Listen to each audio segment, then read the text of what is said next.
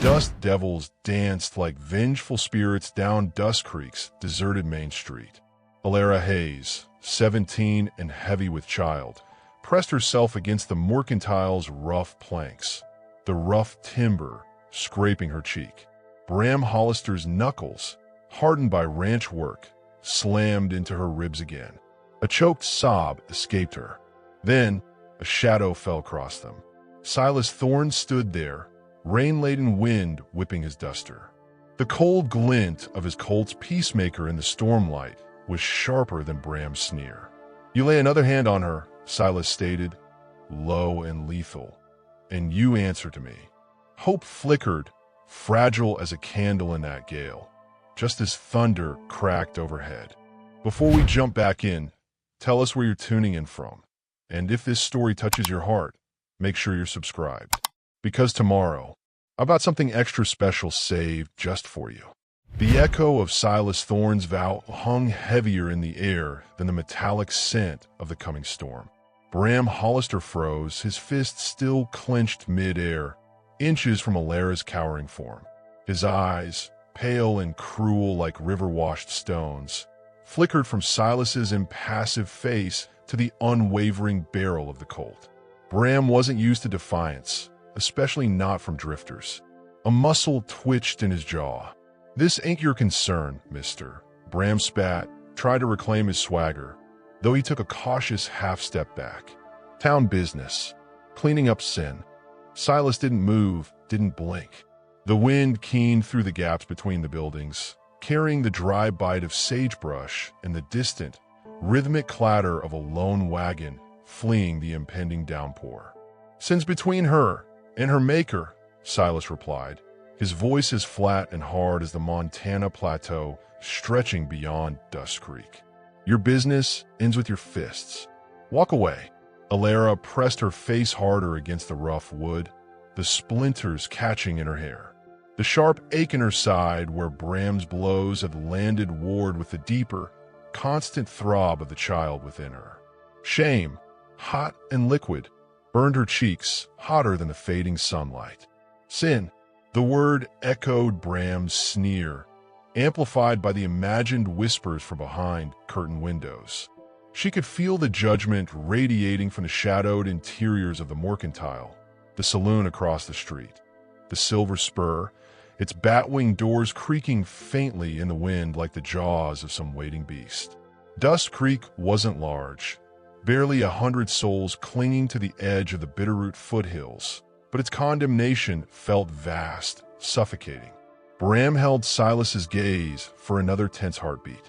He was young, maybe 20, but carried the entitled cruelty of his family name like a second skin. The Hollisters owned the biggest spread west of Helena, the Bar H Ranch, and Bram wielded that power like a club. Finally, he lowered his fist, but the malice in his eyes didn't dim. He spat a wad of tobacco onto the dusty boards near Elara's worn boots. "This ain't over, Hayes," he hissed, the words meant for her, though his glare stayed locked on Silas. "You ain't welcome here. That bastard ain't welcome anywhere." He turned abruptly, his spurred boots kicking up puffs of ochre dust as he stalked towards the Silver Spur, shoving the bat-winged doors open with unnecessary violence. The discordant jangle of a slightly out-of-tune piano spilled out briefly before the doors swung shut behind him. The immediate threat receded, leaving a hollow silence filled only by the wind and the frantic drumming of Elara's heart against her ribs. She risked a glance up. Silas Thorne had holstered his Colt with a smooth, practiced motion. He wasn't looking at her. His gaze was fixed on the saloon doors, his expression unreadable beneath the shadow cast by his wide-brimmed hat. He looked carved from the same granite as the distant peaks, weathered, hard, and utterly still. Lines etched deep around his eyes and mouth spoke of years spent squinting in the sun and wind, years that had stolen any softness. "Can you stand?" His question, when it came, was quiet, devoid of pity, but carrying a rough practicality. Elara tried. Pain lanced through her side again, stealing her breath. She gasped, stumbling against the mercantile wall. Before she could fall, a strong, calloused hand closed gently but firmly around her upper arm, steadying her. The touch was impersonal. It was the first kindness she'd felt in months that didn't come laced with sorrow or caution. The scent of leather, horse, and wood smoke clung to him. "Easy," Silas murmured. He didn't ask for explanations. He simply guided her away from the mercantile's exposed front, towards the narrow, shadowed alley that ran between it and the town's small livery stable. The smell of hay, manure, and old wood intensified here, a welcome, earthy counterpoint to the tension on the main street. He led her to a stack of weathered crates, partially sheltered by the stable's overhang. "Sit." She sank onto a crate, the rough wood a stark contrast to the unbearable weight she carried low in her belly. The baby shifted restlessly, a small foot or elbow pressing against her ribs as if protesting the earlier violence. Elara cradled her swollen abdomen protectively, a gesture born of instinctive fear. Fear for the tiny life within, fear of the town's venom, fear of the man standing silently beside her, a stranger who wielded a gun with chilling ease. "Thank you, mister," she ventured, her voice barely a whisper, hoarse from unshed tears and Bram's earlier shove. "Thorn, Silas Thorn." He leaned against the stable wall, scanning the alley's entrance towards the street. The first fat drops of rain began to spatter onto the dusty ground, darkening the earth like bloodstains. "You got kin here? Someplace safe." A bitter laugh, more like a sob, escaped Elara. "Kin? Safety?" Those words felt foreign, mocking.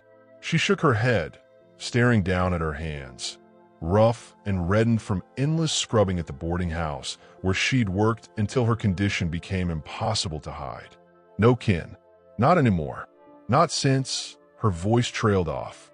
The memory surfaced, sharp and painful, triggered by the scent of rain and dust, a scent that always reminded her of him. The air had been thick with the promise of summer rain. That evening 2 weeks ago, Elara had slipped away from the stifling heat of the boarding house kitchen, drawn to the quiet coolness of the creek bank behind the livery. The scent of wild mint and damp earth filled her senses. She hadn't heard him approach. Caleb with his easy smile that crinkled the corners of his eyes, his hands gentle as they helped her gather watercress. He wasn't from Dustcreek, just a drover passing through with a trail herd heading north. He spoke of wide-open skies, rivers teeming with fish, places where names didn't matter and paths were left behind. His words were like cool water on parched ground. His touch, hesitant at first, then bolder, felt like the first rays of sun after a long winter. She was 17, starved for tenderness, drowning in the drudgery of her life. The stolen moments by the creek became her secret world.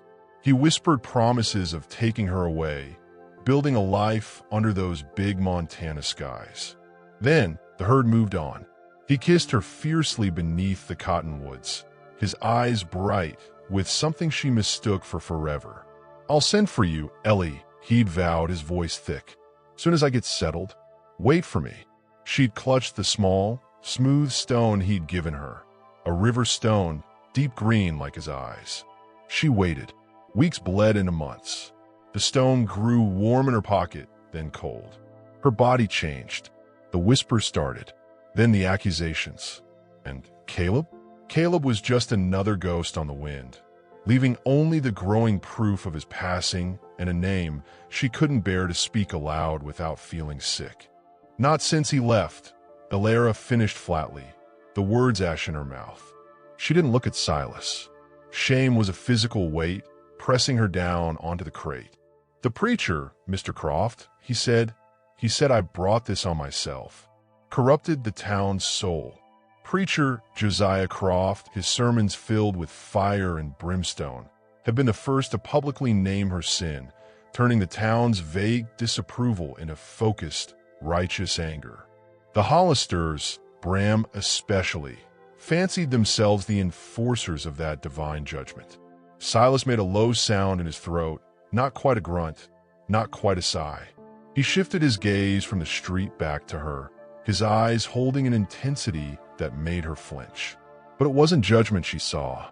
It was something older, deeper, a weariness that spoke of witnessing too much pain. Preacher's got a lot to say about other folks' burdens, he stated, his voice gravelly. Less about lifting him. He didn't press her about Caleb. He simply asked, "Where you been staying?" "The old line shack," Elara admitted, her cheeks burning anew. "Up near Copperhead Gulch. Mr. Henderson at the livery. He sometimes leaves stale bread. Or Mrs. Gable, the widow. She leaves a pail of milk by her back step when she can." These tiny acts of secret charity were her lifeline, offered furtively, always accompanied by averted eyes and hushed tones. They were kindnesses laced with fear of being associated with her shame. Silas absorbed this, his gaze drifting towards the darkening sky. The rain was falling steadily now, drumming a soft rhythm on the stable roof. Copperhead Gulch, 2 miles out, exposed. He stated it like a fact, but Elara heard the unspoken criticism. It was a dangerous place for anyone, let alone a woman alone and heavy with child. Rattlesnakes gave the gulch its name, but 2-legged predators were the greater threat. It was somewhere, she whispered defensively. Better than here. A flicker of something crossed Silas's face.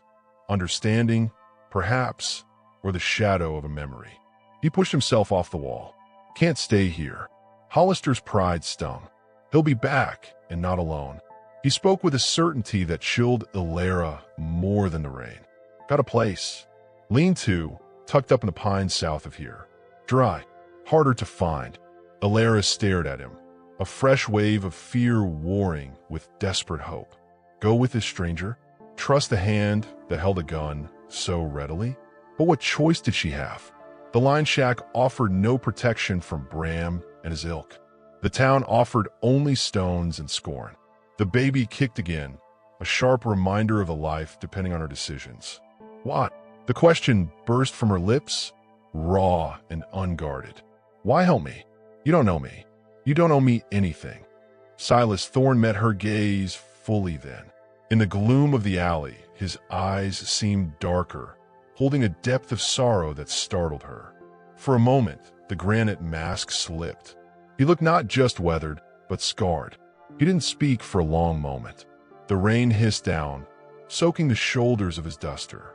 When he finally answered, his voice was low, rough with an emotion she couldn't name, each word measured and heavy. Saw a woman once.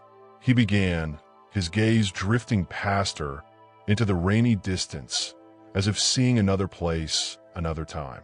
Back in another territory, alone, scared.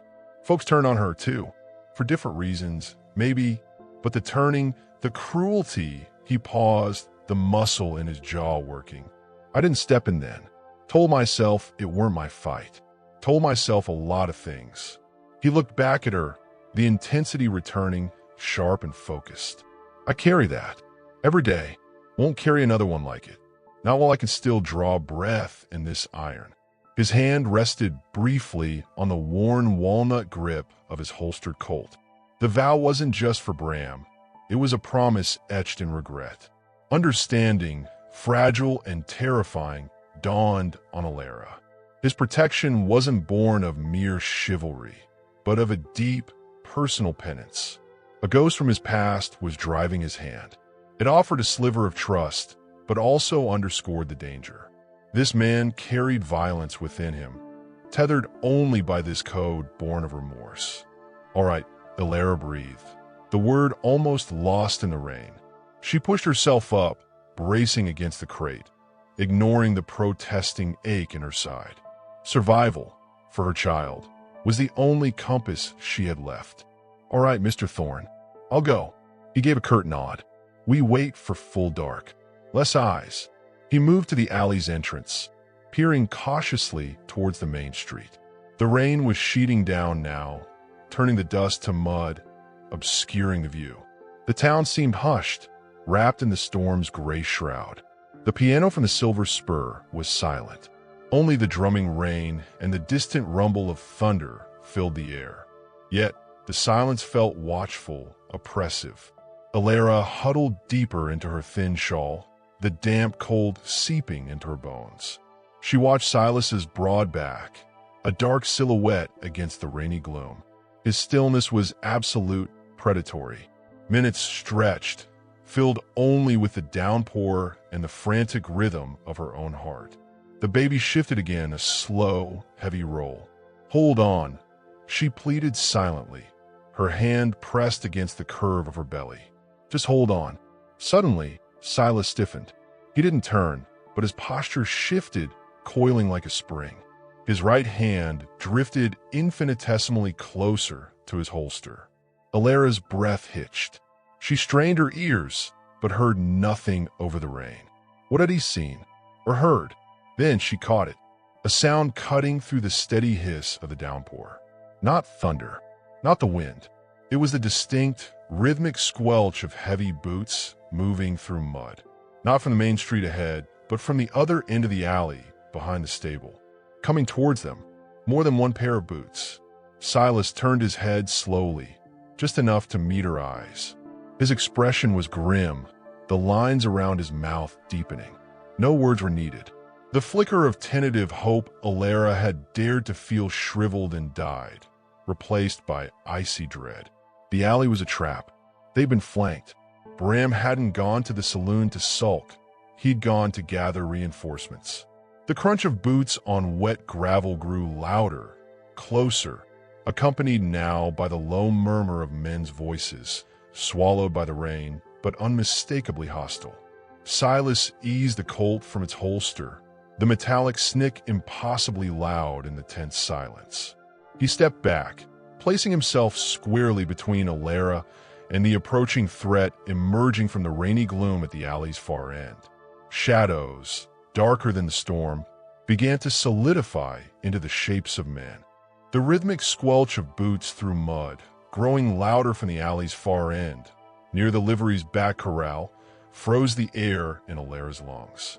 Rain hissed relentlessly on the stable roof, drumming on the crates, turning the alley floor into a slick, dark morass.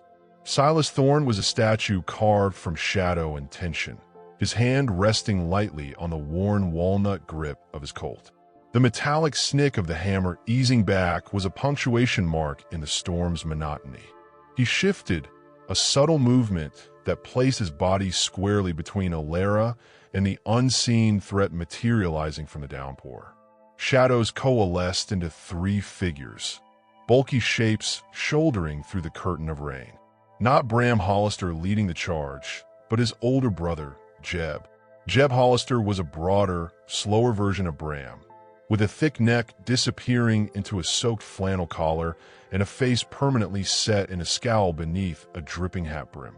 Flanking him were two Bar H hands Elara recognized: Pike, wiry and mean-eyed, and Larson, thick-set and silent, his expression vacant but dangerous. They all wore holsters, the leather dark with rain, revolvers gleaming dully.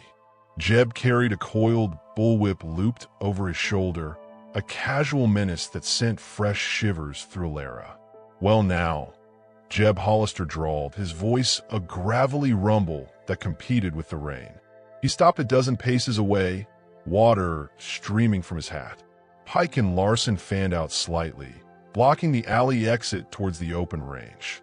Their eyes, hard and assessing, flickered from Silas to Elara, huddled on the crate. Look what the rain washed up. The sinner and her gunslinger savior. He spat a stream of tobacco juice that vanished instantly into the mud. Bram said you'd slunk off down here like cornered rats. Silas didn't move. His voice, when it came, was flat, devoid of inflection, yet carrying clearly over the downpour. "Turn around, Hollister. Walk back the way you came. Ain't nothing here needs your attention." Jeb chuckled, a low, humorless sound. "See, that's where you're wrong, mister. This town needs cleansing. Preacher Croft says it plain. Sin festers, attracts vermin." His gaze, cold as the rain, settled on Elara. Vermin like her, carrying her shame for all to see. And vermin like you, drifters thinking you can spit on our ways. Elara pressed a hand against the sharp ache in her ribs where Bram's fist had landed. The baby stirred restlessly beneath her palm, a fluttering panic that mirrored her own. Shame burned, yes, but beneath it, a hotter ember glowed defiance. She wasn't vermin. This child wasn't shame. It was life, innocent and demanding. She met Jeb's stare, refusing to look away, though her heart hammered against her ribs like a trapped bird. Her ways are her own, Silas stated. Yours end with threats in an alley. Last warning, walk away. Pike's hand drifted towards his holster. Larson shifted his weight, his boots sucking in the mud. Jeb's scowl deepened. He unlooped the bullwhip slowly, letting the heavy fall coil and uncoil at his side. The rain slicked the leather. Or what? Even a drawn 3 men? Over her. He jerked his chin towards Elara, contempt dripping from a word. The last time men had looked at her with that mix of disgust and ownership, the memory sliced through her fear, sharp and sudden. Not Caleb. Before Caleb. Her father's face, purple with rage, spittle flying as he roared. Her mother, wringing her hands by the cold hearth in their meager soddy north of Helena, tears streaking her pinched face. You've shamed us, Elara, her father bellowed. Brought disgrace on this family. Get out. Take your condition out of my sight. Don't come crawling back when that no-good drover leaves you in the dirt. The door slamming shut behind her, the sound final as a coffin lid. The vast emptiness of the prairie stretching before her, indifferent and cold. That was true abandonment. Dustcreek's hatred was a roaring fire, but her family's rejection was the chilling void that preceded it. They hadn't beaten her, just cast her out like refuse. The memory hardened something within her. She wasn't just fighting for survival. She was fighting against the crushing weight of being unwanted, unseen except as a symbol of sin. Silas remained unervingly still. Drawings messy, he said, his eyes never leaving Jeb's. But I will. You want to test that? Here, now, over a pregnant woman cowering in the rain. He paused, letting the absurdity, the raw ugliness of it, hang in the air. Preacher Croft preach on that? 3 armed men cornering a woman heavy with child. Jeb's jaw clenched. Pike's hand stopped its drift, hovering uncertainly. Larson just stared. The rain drummed. The moral arithmetic Silas presented wasn't lost on them, even through their prejudice. Drawing down in a muddy alley over this wouldn't play well, even in Dustcreek. It lacked the clean, righteous fury of confronting her in the open street. Jeb coiled the whip slowly, deliberately. The leather hissed. "Ain't about drawing, Thorn," he sneered. Using the name Bram must have supplied. It's about order, about making sure filth knows its place. And its place ain't in Dustcreek. He took a step forward, mud sucking at his boot. "You got till sunup tomorrow. Both of you. Be gone. Cleared out. Or we clear you out. Permanently." His gaze swept over Elara again, lingering on her swollen belly with a look of pure revulsion. "That thing ain't welcome here neither." Elara flinched as if struck, her hand instinctively curling protectively over her child. "Thing." The word echoed, colder than the rain.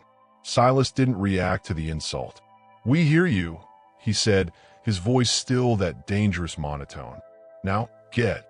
Jeb held his ground for another long moment, the bullwhip taut in his grip.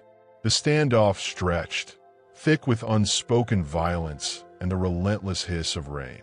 Finally, with a grunt of disgust, Jeb turned. "Sunup," he tossed over his shoulder. "Don't test us." He jerked his head, and Pike and Larson fell in behind him, their boots squelching back the way they came, disappearing into the gray curtain of rain as abruptly as they'd appeared. The tension didn't dissipate. It merely shifted, settling like the damp cold into Elara's bones. Silas didn't holster his Colt immediately. He watched the empty, rain-lashed end of the alley for a full minute, listening intently past the downpour, his posture rigid. Only when the sound of their retreating footsteps faded completely did he ease the hammer down and slide the gun back into its holster. He turned to Elara. "Can you walk?" His voice was rough, stripped of the lethal calm he'd shown the Hollisters, replaced by a weary practicality. Elara nodded, pushing herself up. Pain flared in her side, sharp enough to make her gasp, but the adrenaline, the sheer terror, lent her strength. "Yes," she managed, her voice thin. "Good. We go now, before they change their minds or send others." He didn't offer his arm again, but moved towards the alley entrance facing the open land behind the town, gesturing for her to follow. "Stick close. Keep low where you can." They moved out of the relative shelter of the alley into the full force of the storm. Rain lashed Elara's face, icy and stinging, soaking through her thin dress and shawl instantly. The wind howled across the open ground behind Dustcreek, whipping the tall, rain-slicked sagebrush in a frantic motion. Silas set a punishing pace, angling not towards the road, but directly into the wild, rain-blurred expanse of the foothills south of town. The ground was uneven, treacherous with mud and hidden rocks. Elara stumbled, her breath coming in ragged gasps, the pain in her side a constant, grinding companion. The weight of the child, the relentless cold, the fear, it threatened to overwhelm her. She focused on Silas's broad back, a dark, moving shape ahead, a fixed point in the chaotic gray world. Why does he do this? The question hammered in her mind with each painful step. Risking his life for a stranger, an outcast? That woman he mentioned, the one he didn't save. She remembered the raw sorrow in his eyes, the weight of regret that seemed older than the mountains. It wasn't just duty, it was a debt he was paying to a ghost, a debt etched in pain. The realization didn't lessen her fear of him, but it added a layer of profound, aching sadness. What had he seen? What had he lost? They climbed steadily, leaving the flat basin where Dustcreek huddled. The sagebrush gave way to scrub pine and juniper, the ground rising into rocky, pine-clad slopes. The rain lessened slightly under the thicker canopy, but the air grew colder. Elara's teeth chattered. Her soaked dress clung to her, heavy and icy. Every step sent jolts of pain through her battered body. Just when she thought she couldn't take another step, Silas stopped before a tangle of granite boulders and thick pine branches. He pushed aside a heavy screen of low-hanging boughs, slick with rain, revealing a dark opening. "In here," he said, his voice barely audible over the wind sighing through the pines. Elara ducked inside. It wasn't much, a shallow lean-to formed by a massive, overhanging slab of granite and reinforced with thick logs and woven branches. It was dry, blessedly dry, smelling of earth, pine resin, and old wood smoke. The floor was packed dirt, covering a layer of dry pine needles. A small, cold stone hearth sat near the entrance, a few charred logs hinting at past fires. A worn bedroll was tucked against the back wall, along with a canvas sack and a dented canteen. It was sparse, functional, a hunter's or trapper's refuge.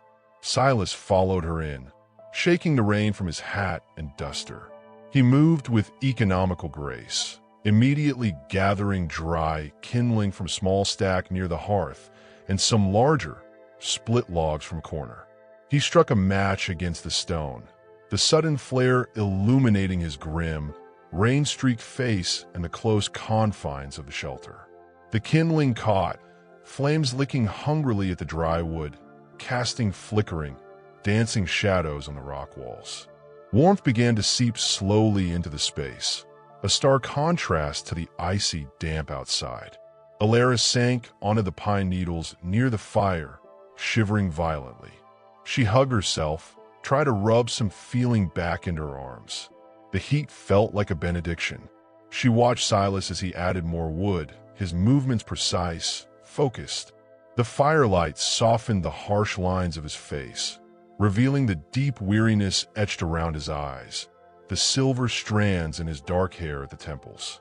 He looked like a man who had carried his burdens a very long way. He retrieved the canteen and offered it to her. Water, cold but clean. Elara took it gratefully, the metal cold against her skin.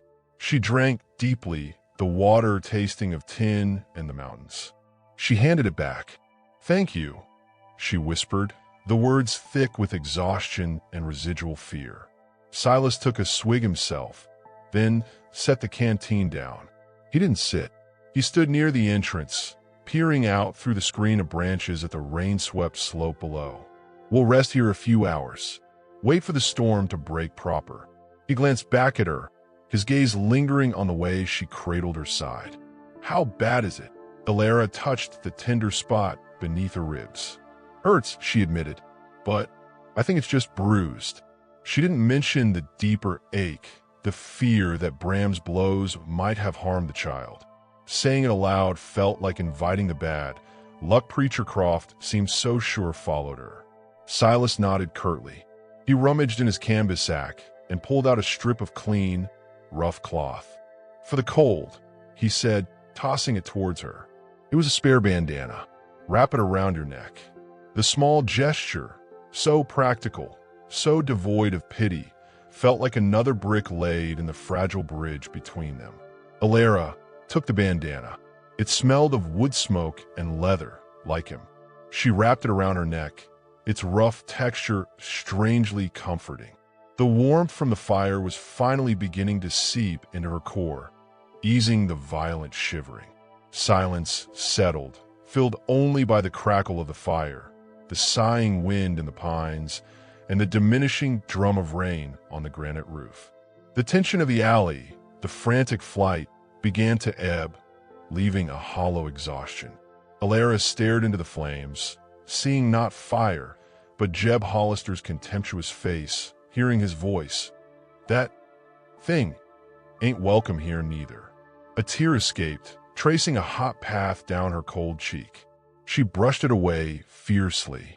"You spoke true back there," Silas said suddenly, his voice low, not looking at her, still watching the slope. "About owing me nothing. About me not knowing you." He paused. The firelight danced on the granite, painting shifting patterns.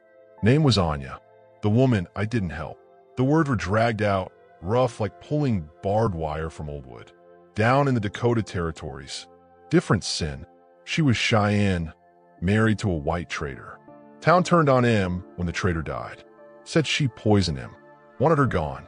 Or worse." He fell silent for a long moment. Elara held her breath. "I rode through. Saw the gathering outside their shack. Heard the shouting. Felt the hate thick in the air." He shook his head slowly, a gesture of profound weariness. "I told myself it was their business. Tribal trouble mixed with settler law. Messy, not mine. Rode on." Another pause, longer this time. The wind seemed to moan in the pines. Heard later they dragged her out. "Night riders. He stopped, the word choking off. He didn't need to finish. The raw pain in his silence was more eloquent than any description. Her man hadn't been poisoned. Died of fever. Didn't matter. They needed a reason. Or just an outlet. He finally turned his head slightly, his profile etched in fire and shadow against the rock. "That not my fight. It eats at a man. Leaves a hole nothing fills. Except maybe stopping it when you see it again. Even if it's just one woman. One child." He looked directly at Elara then, his eyes holding a depth of sorrow and resolve that stole her breath. "So yeah, I don't know you, but I know what happens when folks look away." The raw honesty, the glimpse into the abyss of his regret, forged a connection deeper than words. Elara understood his burden now, the engine driving his defiance. It wasn't just kindness. It was redemption sought in the mud and rain of a Montana alley. "I'm sorry," she whispered, the words inadequate but heartfelt. "About Anya." Silas just grunted, a sound acknowledging her words but offering no absolution. He turned back to watching the slope. The fire crackled, casting warmth and light. a small island of precarious safety in the vast, hostile dark. Elara leaned back against the cool granite wall, the bandana rough against her skin, Silas's story echoing in her mind alongside the Hollister's threats. Exhaustion pulled at her, heavy as a sodden blanket. Her eyes drifted closed, lulled by the fire's warmth and the lessening rain. Just for a moment, she thought. Just to rest her eyes. A sound jolted her awake. Not the wind, not the rain, which had slackened to a drizzle. A sharp metallic clink, like a horseshoe striking stone. Her eyes flew open. Silas was already rigid, his hand resting on his Colt, his gaze fixed intently through the screen of branches towards the slope below. The fire had burned lower, casting longer, dancing shadows. The pre-dawn gray was seeping into the sky, turning the world outside the lean-to into shades of charcoal and deep green. Silas held up a hand, palm out, a silent command. Stay put. Stay silent. Elara froze, her heart pounding anew. Had the Hollisters found them already? Sent trackers through the storm? Silas moved with panther-like quiet towards the entrance, easing aside a branch just enough to peer downslope. He remained utterly still for a long, tense minute. Elara strained her ears. The wind sighed. A drip of water fell from a pine branch with a soft plink. Then movement, a shift in the gray gloom below. Not the bulk of men, but a single, dark shape, low to the ground, moving with cautious deliberation through the wet undergrowth, about 50 yards down the slope. It paused near a cluster of rocks, head turning slowly, scanning the hillside. It wasn't a man. It was a horse. A dark horse saddled, and on its back sat a figure, indistinct in the murky light, shrouded in a heavy, dark coat, the collar turned up high. The figure wasn't looking towards the lean-to, not directly. It seemed watchful, waiting, scanning the terrain with a methodical intensity that spoke of purpose, not panic. Who? A Hollister rider? Preacher Croft sending a pious assassin? Or someone else entirely? The figure made no move to approach, just sat there, a silent, ominous sentinel in the dripping pines, a shadow against the fading storm and the reluctant dawn. Silas slowly eased the Colt from its holster, the firelight catching the cold blue steel. The quiet stretched, thinner than ice, ready to shatter. The horse shifted its weight, the clink of its bit unnaturally loud in the tense silence. The figure remained, a dark question mark against the gray light of the new day. The metallic clink hung in the damp, pre-dawn air, sharper than the dripping pine needles. Silas Thorne was a shadow against the lean-to's granite backdrop, cold drawn, his gaze locked on the dark shape 50 yards down the rain-slicked slope. Elara held her breath, the rough bandana scratching her neck, every ache in her body forgotten in the surge of fresh terror. Who? Hollister men? Preacher Croft's righteous executioner? The figure on the dark horse sat unervingly still, shrouded in a heavy coat, collar turned high against the lingering chill. It wasn't scanning wildly like a tracker. It moved with a deliberate, almost watchful intensity, its gaze methodically sweeping the terrain towards the rocky outcrop hiding the lean-to, but not directly at it. Waiting, Silas didn't move. His stillness was absolute, predatory. The fire behind Elara had burned low, casting long, leaping shadows that seemed to echo the tension coiling in the small shelter. The wind sighed through the pines, carrying the scent of wet earth, resin, and something else. The faint, clean smell of lye soap. Elara blinked. It was incongruous, out of place in this wild tension. Then the figure shifted. Slowly, deliberately, one hand emerged from the heavy coat folds. It wasn't holding a gun. Instead, it held a small, dark object, square, perhaps a book, and raised it slightly, not in threat, but in a gesture that seemed deliberate. Beckoning? Signaling? The hand then pointed, not towards the lean-to, but further south, along a barely visible deer trail that skirted the base of the slope before disappearing into denser timber. Silas remained rigid, his finger resting alongside the Colt's trigger guard. His eyes narrowed. He tilted his head, listening past the wind's moan and the drip of water. Elara strained her ears. Nothing but the sounds of the awakening forest. No answering signal. No movement from the surrounding trees. After a long, taut minute, the figure lowered its hand. It gave the horse a subtle nudge with its heels. The dark animal turned smoothly, its hooves making soft, sucking sounds in the muddy earth.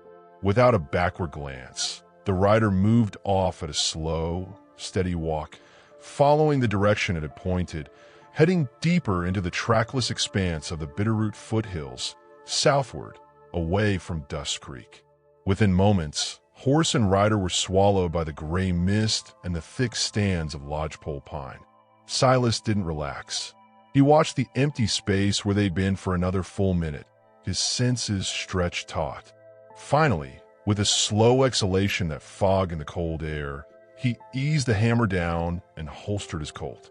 He turned back into the lean-to, his face grim in the firelight's dying glow. "Who was that?" Elara breathed, her voice trembling despite her effort to steady it. "What do they want?" "Don't know," Silas admitted, his voice a low rasp. He knelt by the embers, carefully adding a few dry twigs, then a small split log.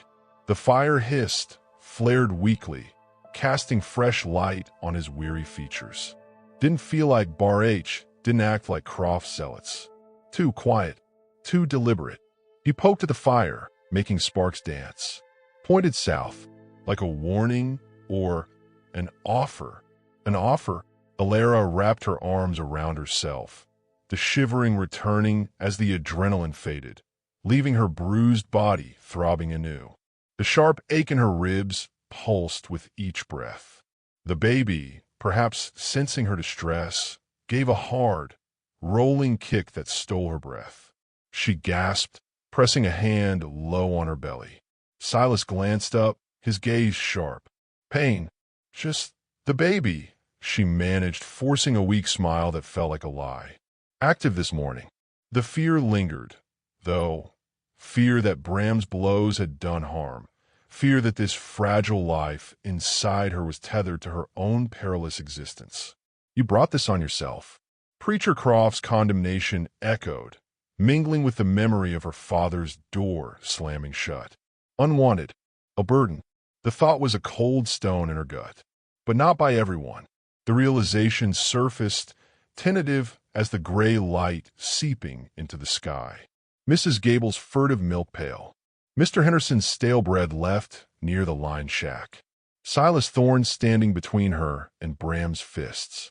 And now this strange rider pointing away from danger. Not everyone sees only the sin. "Need to move," Silas stated, breaking into her thoughts. He stood, brushing pine needles from his duster. Storms passed. Hollisters won't wait past sunup. That rider might have been marking us for others. He began efficiently gathering his meager belongings, rolling the bedroll, securing the canteen, checking his Colt's loads with practiced fingers. Lean-tos compromised. Elara pushed herself up, biting back a groan as the movement jarred her ribs. The world tilted slightly. She braced a hand against the cold granite wall. "Where? South? Like they pointed?" Silas paused, looking at her.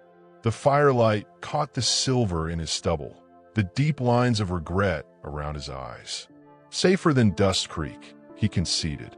"But wilderness ain't kind. Especially not." He gestured vaguely towards her swollen form. "You up for it?" Miles of rough country. Elara met his gaze. She thought of the vast emptiness her father had cast her into, the indifferent prairie. She'd survived that, hadn't she? Found the line shack. Found scraps of kindness. Found Caleb, however briefly and falsely. She thought of the tiny life within her, innocent of Dustcreek's hate. A spark of her grandmother's defiance, long buried under shame, flickered. Her grandmother, a stoic woman who'd crossed the plains in a wagon, losing 2 children to fever and 1 to a rattler's bite, yet never bowed. "The land tests you, girl," she'd rasped, her voice like dry leaves. "It don't care about your tears. You bend or you break. But bending ain't the same as breaking. You find the will, for yourself, and for those who need you." Elara hadn't understood then. She did now. This child needed her to bend, not break, to find the will. "I'm up for it," Elara said, her voice firmer than she felt. "I have to be." A flicker of something, respect, crossed Silas's face. He gave a curt nod. "Then we move. Drink." He tossed her the canteen again. "Eat what you can." He pulled a small oilcloth-wrapped packet from his sack. Hardtack biscuits, rock hard and tasteless. He broke one in half, offering her a piece. They ate in silence, the hardtack needing effort to chew and swallow. Elara washed it down with the cold, metallic-tasting water. Silas kept his gaze mostly on the slope below, ever watchful. The silence wasn't comfortable, but it wasn't hostile.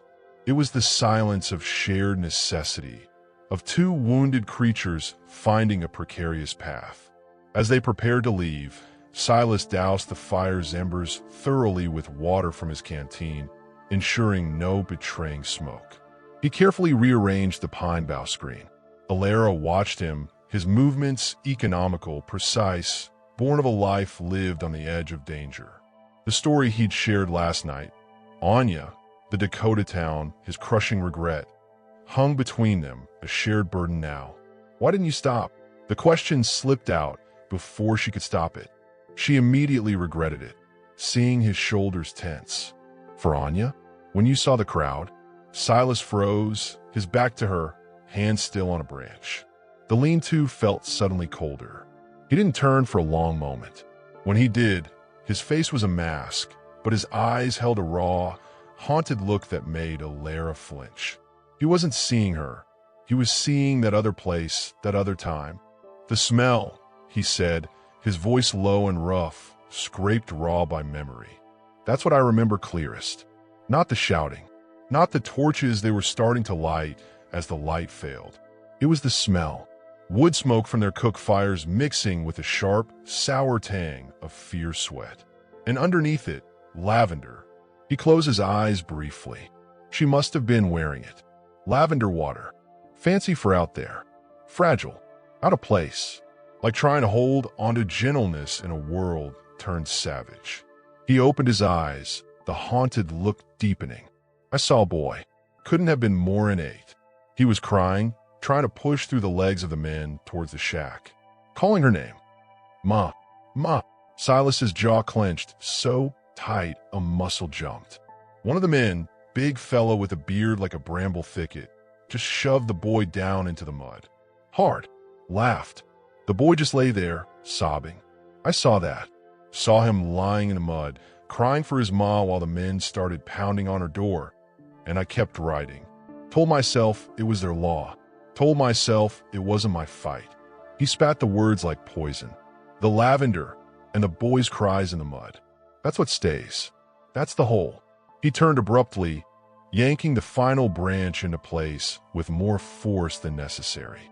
"Let's go." The raw pain in his voice, the visceral detail, struck Elara like a physical blow.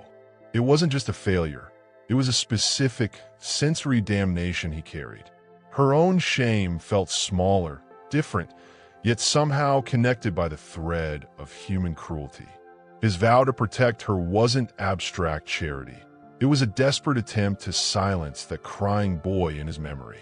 They moved out into the cool, gray dawn. The world was washed clean by the storm, the air sharp with the scent of damp pine and wet earth. Silas led the way, setting a slower, more careful pace than the night before, mindful of Elara's condition and the treacherous footing. They descended the slope away from the lean-to, angling towards the deer trail the rider had indicated. The land unfolded before them, rocky outcrops giving way to rolling meadows dotted with sagebrush and bitterroot, then climbing again into denser pine forests. The distant peaks of the bitterroots were veiled in mist, majestic and indifferent. Silas moved with a woodsman's instinct, avoiding open ground where possible, sticking to the cover of trees and rock formations. Elara focused on placing one foot in front of the other, the persistent ache in her side a dull counterpoint to the rhythmic movement. The baby felt heavy low.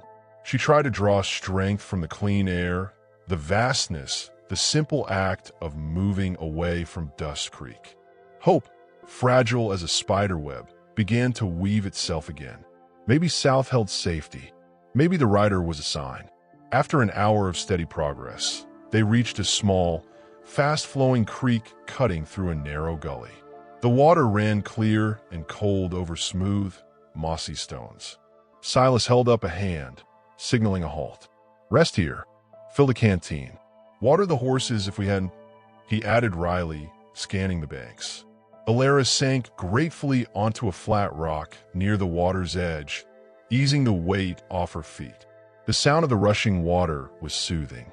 Silas knelt downstream, uncorking his canteen to submerge it. He froze. Elara saw it too.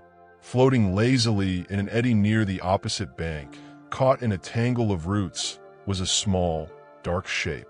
A bird, a sparrow, its feathers matted and wet. Dead, and beside it, bobbing slightly, were two more. Small songbirds, lifeless. A cold dread, colder than the creek water, washed over Elara. "Silas!" He stood slowly, his face grim. He waded carefully into the shallows, not deep, just enough to reach the opposite bank. He used a stick to nudge the dead birds aside. Then he bent, peering intently at the water near the roots. He dipped his fingers in, brought them to his nose, sniffed. His expression hardened into granite. "Poison," he stated flatly, the word dropping like a stone into the peaceful gully. "Strychnine, likely. Strong. Fast." He straightened, his gaze sweeping upstream towards Dustcreek, laid in the headwaters, meant for anything drinking here. Wildlife. Stray cattle. He looked directly at Elara, his eyes like chips of flint. Or anyone fleeing town this way. The implication hung in the air, thick and foul. The Hollisters, or Preacher Croft, hadn't just threatened expulsion. They'd set a lethal trap on a likely escape route. Elara stared at the dead birds, nausea rising in her throat. The creek, moments ago a symbol of life and cleansing, now felt tainted, menacing. The tentative hope she'd nurtured shriveled. They weren't just unwelcome. They were being actively hunted, their path southward deliberately poisoned. Silas stepped back onto the bank, his boots leaving dark prints on the wet earth. He recorked the canteen without filling it, his movements tight with controlled anger. "Can't risk the water. We'll find another source higher up." "Move!" Elara pushed herself up, her legs trembling not just from fatigue, but from a fresh wave of fear. As she turned to follow Silas, who was already scanning the steep slope leading away from the poisoned creek, a sudden, vicious cramp seized her lower abdomen. It wasn't the baby kicking. It was deeper, sharper, a band of iron tightening across her belly, stealing her breath. She gasped, doubling over, one hand clutching the rock for support, the other instinctively pressing against the hard swell of her pregnancy. Silas spun around. "Elara." The pain receded slightly, leaving her panting, sweat beading on her forehead despite the cool air. She looked up at him, her eyes wide with a new, primal terror that eclipsed the poison, the Hollisters, everything. It was too early. Weeks too early. "The baby," she whispered, the words choked with dread. "Silas, something's wrong." Before he could react, a new sound cut through the gully. Not the rush of water, not the wind. It was the distant, rhythmic thud of hooves on hard-packed earth. Not the cautious approach of a single rider, but the purposeful, rapid beat of multiple horses, coming from the direction of Dustcreek. Fast. Silas's hand flew to his colt. His gaze snapped from Elara's pain-twisted face to the ridge above the gully, where the sound originated. His expression, already grim, turned to ice.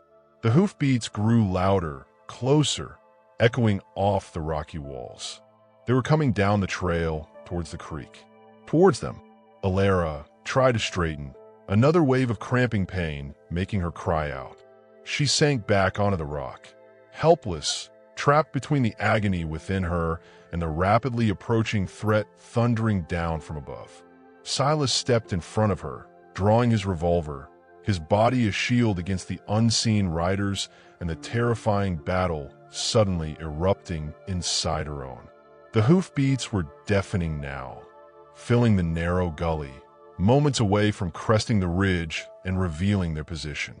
The sharp tang of gun oil mixed with the scent of damp earth and Elara's fierce sweat as Silas thumbed back the hammer, his eyes fixed on the bend in the trail where death, or worse, was about to ride into view. The rhythmic thunder of hooves hammered against the gully walls, a counterpoint to the vicious cramp seizing Elara's womb. Pain, white-hot and terrifying, stole her breath, bending her double over the cold creek rock. Silas Thorne stood rooted before her, Colt drawn and leveled towards the bend in the trail where the sound originated, his back a rigid wall against the world. The clean scent of wet pine was obliterated by the metallic tang of gun oil and the sharp, sour edge of Elara's fierce sweat. "Silas," she gasped. The name ripped from her throat between clenched teeth as the spasm eased slightly, leaving her trembling and weak. Too early, weeks too early. He didn't turn, his focus absolute on the approaching threat. The hoofbeats were deafening now, reverberating through the narrow ravine. Dust, kicked up by the unseen riders, began to haze the air above the trail bend. "Get behind the boulder," he commanded, his voice low, stripped bare of emotion, pure survival instinct. He jerked his chin towards a massive, moss-covered rock jutting from the gully wall near the creek, offering scant cover. "Now, Elara, move!" Another wave of cramping, deeper, more insistent, rolled through her. She cried out, scrabbling backwards off the rock, collapsing onto the damp, gritty earth. Movement was agony. "Can't," she whimpered, pressing both hands desperately against the hard swell of her belly, as if she could hold the child inside, safe from the chaos erupting around and within her. Silas risked a fraction of a second's glance over his shoulder. His jaw tightened, the lines around his eyes deepening into ravines of grim resolve. He saw her pallor, the sheen of sweat, the primal terror in her eyes that eclipsed the riders. The hammer of his Colt remained thumbed back, a promise of violence, but his stance shifted infinitesimally, ready to cover her.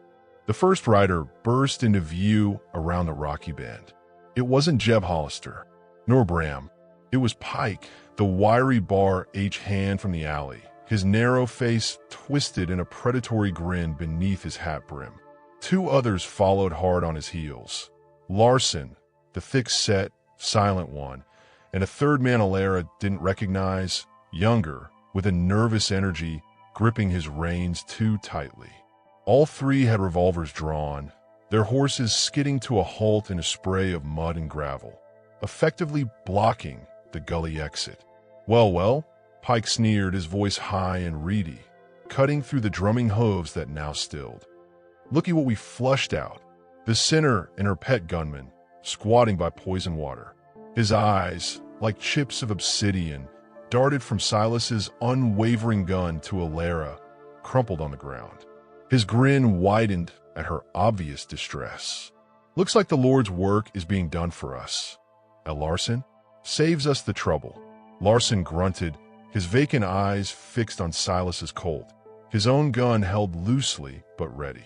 The younger man shifted nervously in his saddle, his gaze flickering between Elara and Silas. "Move on," Silas stated, his voice flat, lethal. The command hung in the gully air, heavier than the lingering dust. "This ain't your fight. Everything in this valley is Bar H's fight, mister," Pike retorted, spitting a stream of tobacco juice that landed near Elara's feet, especially filth polluting it. "Preacher Croft says the land itself cries out for cleansing. Seems it's listening." He gestured mockingly towards the dead birds bobbing in the poisoned creek eddy. And now the abomination tries to crown itself? Right here, in the dirt. His laughter was a harsh caw. The word abomination struck Elara like a physical blow, merging with the fresh agony tearing through her abdomen. Not my child. Never. She thought of Caleb's fleeting gentleness by the creek, the stolen moments that felt like sunlight after a lifetime of gray. He'd been false, yes, but the life he'd left behind, that was pure. This child is mine. My defiance. My proof I existed, I loved, however foolishly. The memory of his whispered lies hardened into something else, a fierce, protective rage. She wouldn't let them name her child filth. She wouldn't let it be born into violence under Pike's sneering gaze. Silas took a half-step forward, placing himself more squarely between the riders and Elara. The movement was subtle, but the intent was clear. Escalation. "Last chance, Pike," he said, the low timbre of his voice carrying an icy finality. "Turn those nags around. Ride back to your hole." Pike's grin faltered slightly. He glanced at Larson, then the young rider. 3 against 1, cornered, with a woman in labor at their feet. The odds screamed in their favor. Yet, Silas Thorne radiated a terrifying calm, an absolute willingness to turn the gully into a charnel house. Larson's knuckles whitened on his gun grip. The young rider swallowed hard, his atoms apple-bobbing. The boy in the mud, calling for his ma. Silas saw him again, superimposed on Elara's pain-twisted face. Anya's lavender scent ghosted through the gully's damp air. He hadn't drawn then. He hadn't stepped into that circle of torchlight and hate. He'd ridden on, leaving a child sobbing in the mud and a woman to her doom. The weight of that failure, the specific, crushing sound of the boy's cries, was the anchor that held him firm now. His finger rested alongside the trigger, not on it. Not yet. He wouldn't fire first, but he would fire. He would turn this gully red before he let them touch her. This stops here. The standoff crackled, thick with unspoken violence. Elara moaned, another contraction seizing her, longer, more intense this time. She curled in on herself, a low, animal sound escaping her lips. The sound broke the tension in an unexpected way. The young rider flinched, his eyes wide with sudden, genuine alarm as he looked at Elara. "Pike, she's having it right now. Shut your trap, Raleigh."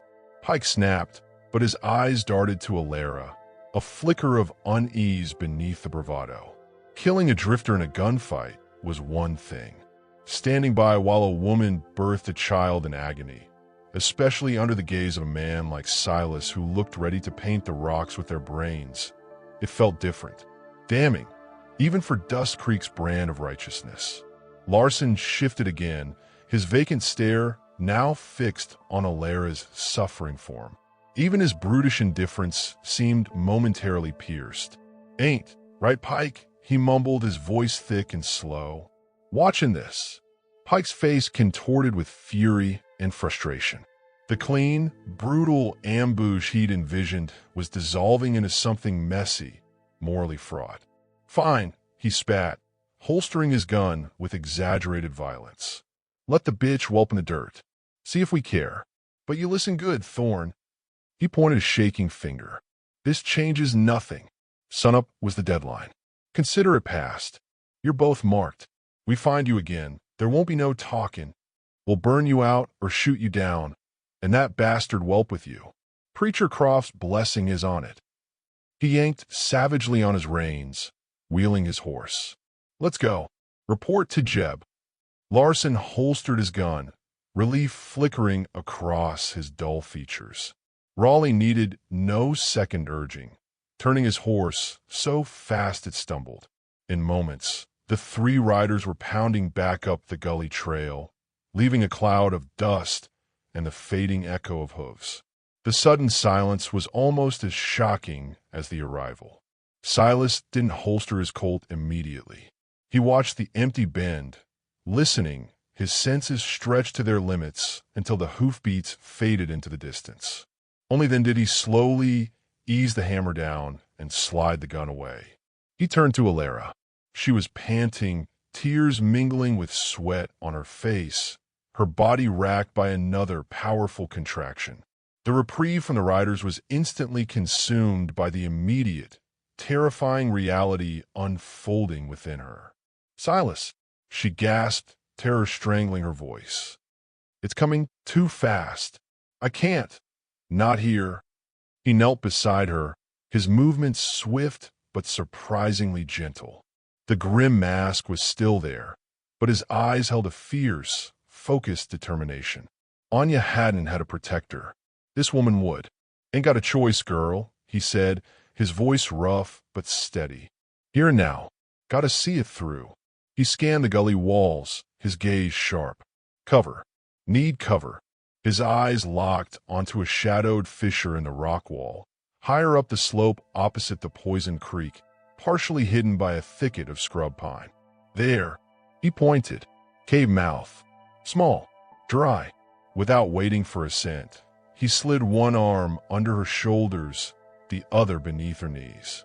"Hold on," Elara cried out as he lifted her, the movement jolting her tortured body. She wrapped her arms around his neck, burying her face against the rough leather of his duster collar, smelling gunpowder, sweat, and a strange, anchoring scent of sage. He moved with surprising strength and speed, scrambling up the steep, rocky slope towards the fissure. Pine needles scraped against them, stones skittered under his boots. Elara clung on, each jostling step sending fresh waves of agony through her, the pressure between her legs building, undeniable. He ducked into the fissure. It opened into a shallow cave, barely 10 feet deep and half as wide, but blessedly dry and sheltered. The floor was sandy cool. He lowered her carefully onto the soft sand near the back wall, away from the entrance. Dim light filtered in, revealing smooth, water-worn rock walls. "Water," Elara gasped, her throat parched. "Not from the creek," Silas stated, pulling his canteen. "Last clean bit. Sip slow." He held it to her lips. The water was warm from his body heat, tasting of tin and leather, but it was life. She sipped, the coolness of minor balm. He moved quickly, efficiently. He shrugged out of his duster, spreading it on the sand beside her. "Lie back on this. Better than dirt." He pulled his knife from its sheath, a long, sharp Bowie knife, and laid it carefully beside the canteen. "Clean steel," he said, meeting her terrified eyes. "If need be."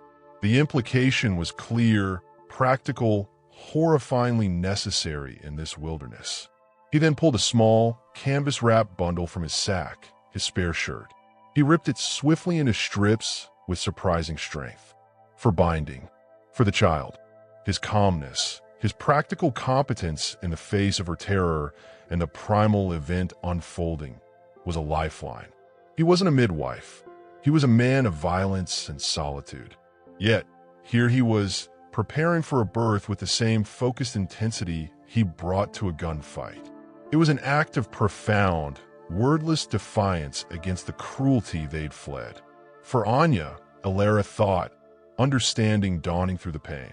For the boy in the mud, another contraction seized her, stronger, longer. She arched her back, a guttural cry tearing from her throat. Silas didn't flinch. He knelt beside her, placing a cool, calloused hand on her sweat-slicked forehead. The touch was impersonal, yet grounding. "Breathe, Elara," he instructed, his voice low but firm, like the wind through the pines. "Deep, slow, let it come." She focused on his voice, on the rough texture of his hand, on the dim light filtering into their rocky sanctuary. She thought of her grandmother again, crossing the plains, enduring unimaginable hardship. "You bend, or you break." She drew in a shuddering breath, trying to match the rhythm he suggested. The pain was a mountain, but she would climb it. For her child. For this unexpected protector whose own pain had forged his shield. The contractions came faster, harder, rolling over her with relentless force. Time lost meaning in the dim cave. Silas stayed beside her, offering sips of water, wiping her brow with a dampened strip of cloth, murmuring low, steady instructions about breathing, about pushing when the time came. His presence was a rock in her storm. Once, during a brief lull, his hand rested briefly on her swollen belly, feeling the powerful contraction building beneath his palm. His expression, usually unreadable, held a flicker of awe, quickly masked by grim focus. Strong, he muttered, almost himself. Fighting hard. The words, simple as they were, filled Elara with a surge of fierce pride that momentarily eclipsed the fear. Hours bled together. The light at the cave mouth shifted, fading from gray morning to the brighter gold of midday. Elara was exhausted, her voice hoarse from cries she could no longer suppress. The pressure was immense, overwhelming. "Silas, I can't, it's too much." "Yes, you can," he stated, his voice brooking no argument. He positioned himself at her feet, his face set in lines of absolute concentration. "Now, push, like you mean to move the mountain itself. Push," with a final, desperate cry that echoed off the cave walls. Elara summoned every shred of strength, every ounce of defiance against Dustcreek, against Caleb's abandonment, against the world that wanted her child nameless and unwanted. She pushed, and then a new sound filled the shallow cave. Not a cry of pain, but a thin, indignant wail. A furious, gasping protest against the sudden cold and light. Silas moved with swift, sure hands. Elara, trembling, exhausted beyond measure, lifted her head. She saw him, the hardened gunman, cradling a tiny, slippery, blood-streaked form.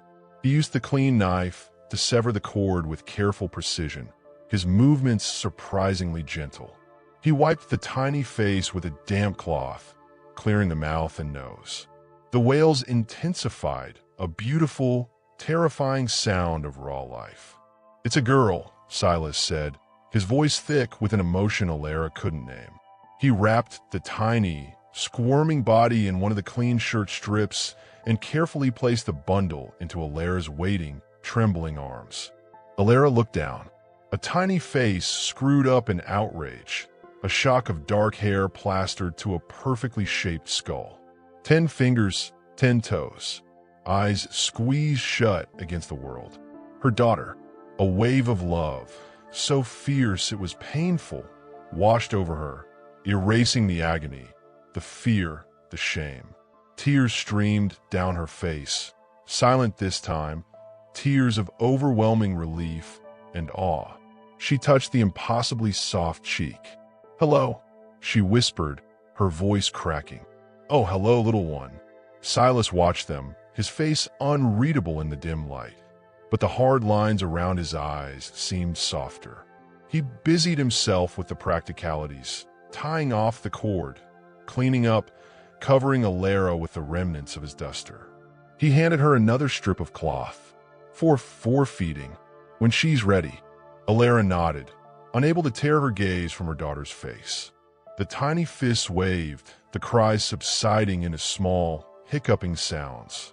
The world outside, the Poison Creek, the Hollisters, Preacher Croft's judgment, ceased to exist. There was only this fragile, miraculous life in her arms and the silent, watchful man who had shielded her entrance into a hostile world. Silas moved to the cave entrance, peering out cautiously. The gully below seemed peaceful in the midday sun. Too peaceful. He scanned the opposite ridge, the trail, the trees. His hand rested instinctively on the butt of his Colt. The immediate danger had passed, but the threat hadn't vanished. They were still hunted, now with a newborn. He turned back towards the dim interior where Elara lay, cradling her daughter. He opened his mouth, perhaps to speak of the need to move, the vulnerability of their position. But before he could utter a word, a sharp, distinctive sound shattered the fragile peace. Not hoofbeats, not a cry. It was the sharp, high crack of a rifle shot, echoing across the gully. The sound came from a ridge directly above the cave entrance.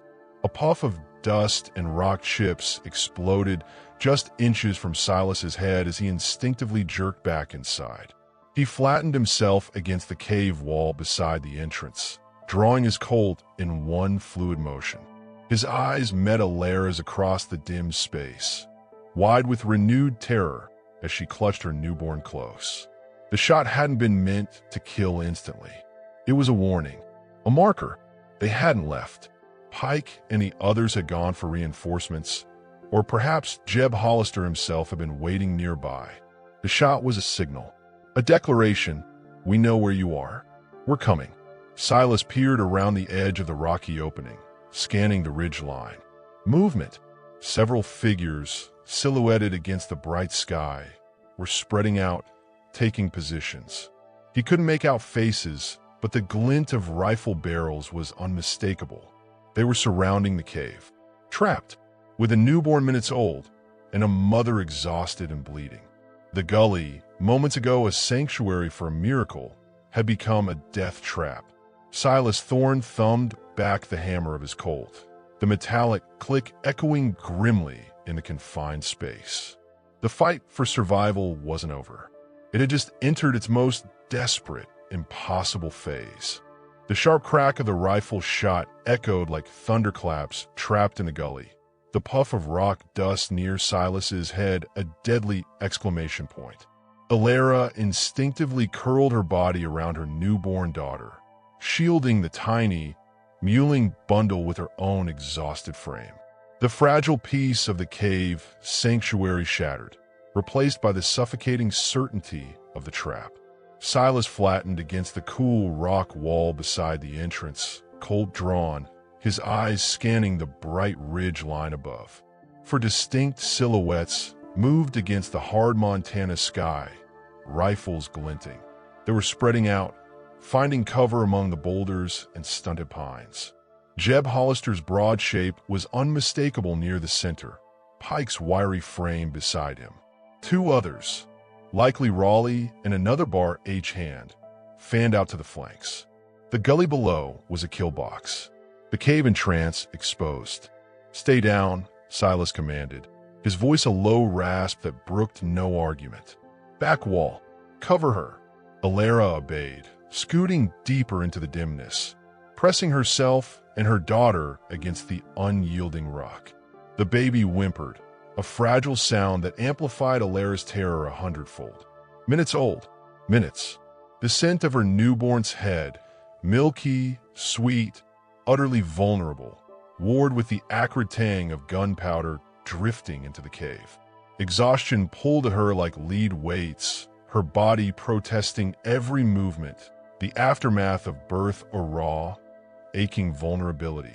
Yet, a fierce, primal energy surged through her, fueled by terror and a tiny life nestled against her breast. "No, not here. Not like this." Silas risked a quick glance around the edge of the entrance. A bullet slammed into the rock face inches away, showering him with sharp fragments. He jerked back. "Jeb!"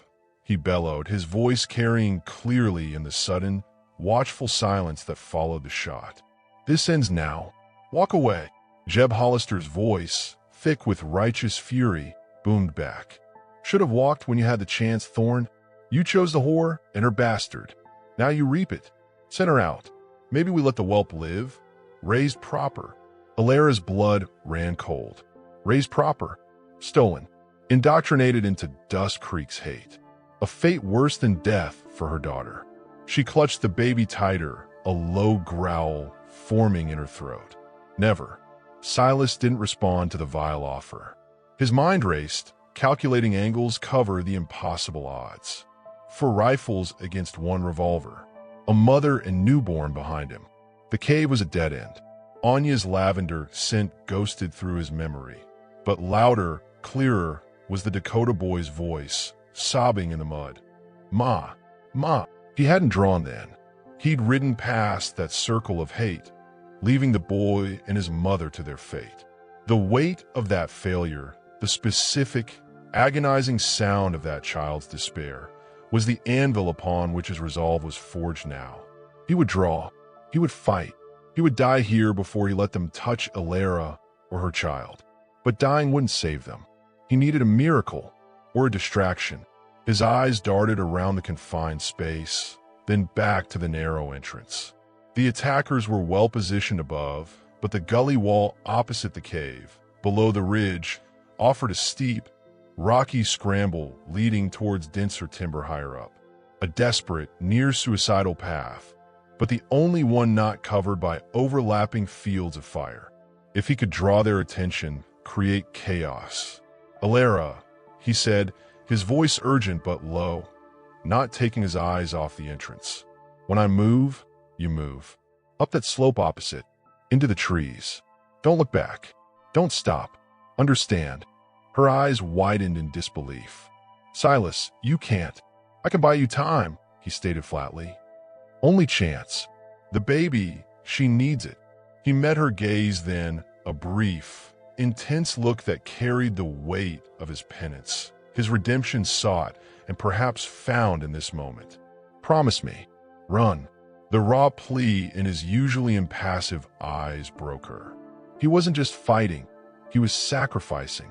For Anya, for the Dakota boy, for her child. Tears blurred her vision. She nodded, a jerky, terrified movement. "I promise." Silas took a deep breath, centering himself. The smell of damp earth, pine resin, and the coppery scent of Elara's birthing blood filled his nostrils. He thought of the tiny, furious face of the newborn, a life he'd helped usher into this harsh world. "This stops here." He thumbed back the hammer of his Colt. He didn't charge out. Instead, he snatched a fist-sized rock from the cave floor. With a grunt of effort, he hurled it high and wide, arcing it towards the far end of the gully below the ridge. It clattered loudly against boulders. As expected, 2 rifles cracked instantly. Pike's high-pitched whine and Raleigh's nervous shot, drawn by the movement and sound. The bullets sparked harmlessly off stone yards from the cave. In that split second of diverted attention, Silas moved. Not out, but sideways within the cave mouth's limited cover, snapping off 2 rapid shots upwards towards Jeb's position. He wasn't aiming to kill. He was aiming to suppress, to startle, to create panic. The heavy .45 caliber slugs whined off the ridge rocks near Jeb, forcing him and Larson to duck. "Now, Elara, go!" Silas roared, firing another shot towards Pike's last position. Elara moved. Pain screamed through her body, torn muscles, raw flesh, the crushing weight of exhaustion. But the image of her daughter's face, the sound of Silas's sacrifice, propelled her. She scrambled to her feet, clutching the bundled baby tight against her chest. She lunged out of the cave entrance, not looking left or right, her eyes fixed solely on the steep, rocky scramble opposite. The world narrowed to the next handhold, the next foothold, the desperate need to climb. "Get her!" Jeb bellowed, recovering, bringing his rifle to bear. Silas stepped fully into the entrance, presenting himself as the only target, drawing fire. Bullets slammed into the rock around him, one grazing his left arm, a hot line of fire. He ignored it, firing methodically, forcing the riflemen to keep their heads down. He saw Elara, clumsy but determined, halfway up the treacherous slope, the baby miraculously silent, perhaps sensing the primal urgency. "Keep climbing, girl." The boy in the mud. "Mom." The memory was a knife twist. This time, he was drawing the fire. This time, he was giving the mother a chance. Redemption wasn't in surviving, it was in this act. Suddenly, a new sound cut through the gunfire. Not from the ridge, but from below, from the direction of the main trail into the gully. A single, sharp whistle, piercing and clear. Then, a voice unfamiliar, calm but carrying authority. "Hollister, stand down. This ends here." Every head, attackers and defender, snapped toward the sound. A lone rider sat on a sturdy bay mare at the gully entrance, the same dark-coated figure from the pre-dawn watch. The collar was lowered now, revealing a woman's face, stern, weathered, perhaps in her 50s, framed by strands of gray escaping a practical braid. She wore trousers, a man's work shirt, and a holstered revolver. Her eyes, sharp as flint, scanned the ridge. Jeb Hollister straightened, his face purpling with rage and disbelief. "Martha Gable? What the hell you think you're doing? This ain't your concern." "Mrs. Gable? The widow who left milk?" Elara, clinging to the rocks, risked a glance down. Hope, fragile and desperate, flared. Mrs. Gable nudged her horse forward a few steps, her gaze unwavering. "It became my concern when I saw you and your boys ride out like the devil was after you." Jeb Hollister followed your tracks, heard the shots. Her voice hardened. "Heard what you shouted about burning and shooting a newborn babe. Preacher Croft's blessing, you said." She spat onto the ground, a gesture of pure contempt. "That ain't the Lord's work. That's butchery. And half of Dustcreek heard me ride out after you. They'll hear what I seen." Her words landed like stones. Jeb hesitated, his confidence visibly shaken. Pike looked uncertain, glancing between Jeb and the resolute widow. Raleigh lowered his rifle slightly, his face pale. Only Larson seemed unmoved, but his rifle wavered. "Lies," Jeb blustered, but the force was gone. "She's harboring sin." "Sin?" Martha Gable cut him off, her voice ringing with quiet fury.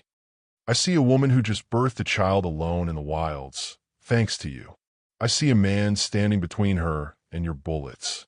The only sin I see here is yours, Jeb Hollister. Yours and that fire and brimstone Foolcroft's. Now, you lower those rifles.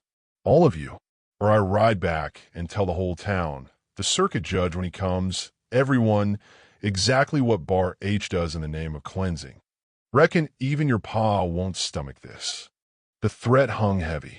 The Hollisters ruled Dustcreek through fear and economic power, but outright murder of a newborn, witnessed and reported by a respected widow, that could shatter their control. The other Bar H hands shifted uneasily. Raleigh visibly wilted. Jeb's face worked, fury warring with cold calculation.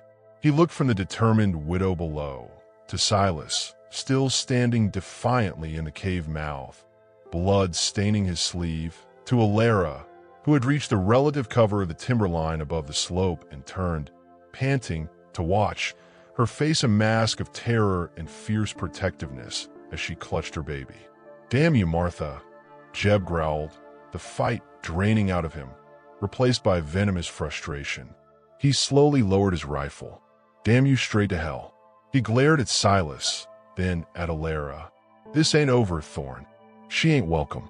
That brat ain't welcome. You set foot near Dustcreek again, you're dead. All of you." He jerked his head savagely. "Mount up. We're done here for now." With sullen reluctance, the other Bar H hands lowered their weapons. Pike spat a vicious stream of tobacco towards the cave. Raleigh looked almost relieved. They turned their horses, disappearing back over the ridge.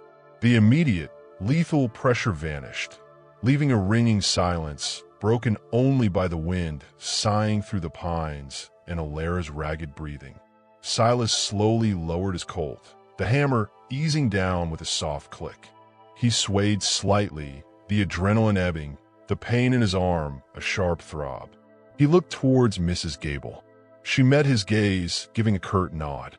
"See to your woman and the child, Mr. Thorn," she said, her voice losing none of its steel. "I'll make sure they're clear of the gully." She turned her horse, heading back down the trail without another word, a lone figure ensuring the retreat was real. Elara stumbled down the slope towards the cave entrance, her legs trembling violently. Silas moved to meet her, catching her elbow as she nearly fell. She looked up at him, tears streaming freely now, a mixture of overwhelming relief, residual terror, and profound gratitude. "Silas, your arm." "Scratch," he muttered, though the blood soaked his shirt sleeve. His eyes went to the bundle in her arms. The baby was awake, blinking unfocused blue eyes at the sudden brightness. "She all right?" Elara looked down, a sob catching in her throat. "She's perfect. She offered the tiny bundle towards him, an instinctive gesture of shared wonder, of acknowledgement. Silas froze. He looked at the newborn, so small, so fragile, her tiny hand waving blindly. The image of the Dakota boy, sobbing in the mud, flashed before him. But this child was safe, alive, because he hadn't ridden away. Slowly, hesitantly, he reached out a calloused, blood-streaked hand, not to take her, but to gently touch the back of one impossibly small finger with his rough fingertip. The baby's tiny fist closed reflexively around it. A connection, atonement. The ghost of Anya and the crying boy seemed to recede, not gone, but their weight lessened by this small, living victory. He cleared his throat, pulling his hand back gently. Strong grip. A weak, watery laugh escaped Elara. The shared moment, the simple touch, spoke volumes more than words. They stood there, battered and exhausted, in the shadow of the ridge, the scent of pine sap and blood mingling in the cool air. The immediate threat was gone, but Dustcreek's malice remained. Jeb's final warning echoed. They couldn't go back. Silas surveyed the land, the gully, the ridge, the vast expanse of pine forests and rolling foothills stretching south towards the distant, hazy peaks of the Bitterroots. Wilderness, danger, but also freedom, possibility. "Reckon we're done here," Silas said, his voice weary but resolute. He looked at Elara, at the baby. "Need to find shelter, real shelter, clean water, miles from this place." He gestured south, towards the trackless country the mysterious rider had pointed towards hours before. Elara followed his gaze. Fear still lingered, a cold knot in her stomach. The journey would be brutal. She was weak, bleeding, carrying a newborn. But she looked down at her daughter's face, then back at Silas, the man who had stood between her and hell. She had survived Dustcreek's hatred, Bram's fists, a birth in a cave, and a gunfight. She had found a strength she didn't know she possessed. For her child, she could endure more. "We go south," she said, her voice gaining a quiet strength that mirrored the defiant set of her chin. She adjusted the baby in her arms. "Lead the way, Mr. Thorne." Silas gave a curt nod. He retrieved his duster from the cave floor, grimacing as he shrugged it on over his wounded arm. He checked his Colt, then his knife. He offered Elara his good arm for support. "Hold fast," he murmured. Together, they moved away from the gully, leaving the scent of gunpowder and violence behind. Elara leaned on Silas, her steps slow and painful, but steady. The baby nestled against her, warm and alive. Silas scanned the terrain ahead, his senses alert, the burden of his past failure now a quieter companion, tempered by the small, breathing weight of the life he'd helped protect. They climbed out of the gully, emerging onto a high meadow dotted with sagebrush and bitterroot flowers, the late afternoon sun painting the world in gold. The vastness of Montana stretched before them, harsh and beautiful, filled with unknown dangers, but also, for the first time, a glimmer of uncharted hope. They didn't look back at Dustcreek. Their path lay ahead, into the wild heart of the frontier, 2 wounded souls and a newborn, bound by a vow and the fragile, defiant spark of a new beginning. The wind, carrying the scent of sage and distant snow, whispered around them as they walked, step by careful step, into the uncertain future.